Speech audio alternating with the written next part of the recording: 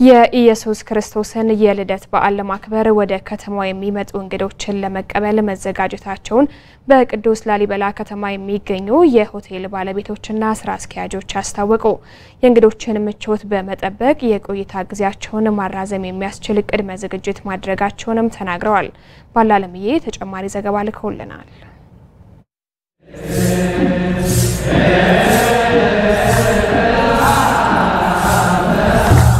ቅዱስ ላሊበላ ከተማ ከአራቱም ማዕዘን በመጡና እየመጡ ባሉ እንግዶቿ በቤዛ ኩሉ ያሬዳዊ ዝማሬ ልትደምቅ ቀናቶች ብቻ ቀርተዋል። ነዋሪዎቹ ባለፉት 2 ዓመት በኮቪድ-19ና በጦርነት ምክንያት ናፈቋቸውን እንግዶች ለመቀበል አስፈላጊውን ቅድመ ዝግጅት አጠናቀው ቀድመው የመጡትንና በመግባት ላይ ያሉትን በኢትዮጵያዊ ባህል እየተቀበሉ ሲሆን በጉዞ ላይ ያሉትንም በጉጉት እየጠበቁ ነው። በከተማው ያሉ ሆቴሎችም እንግዶቻቸውን ለመቀበል ከምንጊዜውም በላይ ዝግጅት ማድረጋቸውን ቅዱስ ላሊበላ ሆቴሎች ማህበር የቦርድ አባል ሻምበል ካሳ ኃይል ያረጋግጠዋል። ይህን በዓል ለማድመቅ ከፍተኛ እንቅስቃሴ እየተደረገ ነው። በዚህ ሰዓት ያለው የከተማችን ህዝብ፣ ወጣቱ፣ የመንግስት ኃላፊዎች ሁሉ በእንቅስቃሴ ላይ ናቸው። ሆቴሎችም የበለጠ እንግዳ ጠምቷቸው እንደኖረ በትክክል የታወቀ ነው። የሆቴል ባለቤቶቻችን ሁሉንም ስራ ለመስራትና ተዘጋጅቶ እንግዳን ለመቀበል ሬዲ ነው።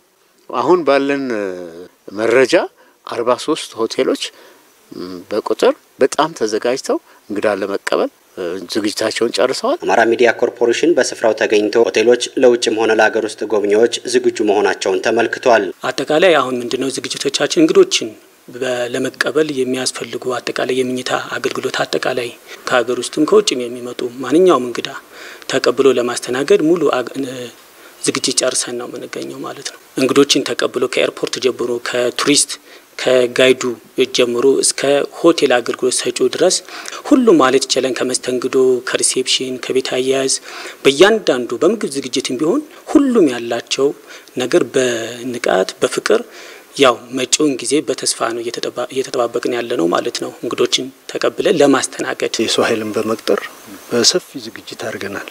ያው አልጋዎቻችን ያልነበሩን ነገር አሟልተን በሰፊ ነው ቱሪዝም ጋር በመነጋገር እንዲ ብታሟሉ የተሻለ ነው በሚል በቃ ሁሉ ነገር አመርተን በዝግጅት ላይ ነን። ያው እየጠበቅን ነው።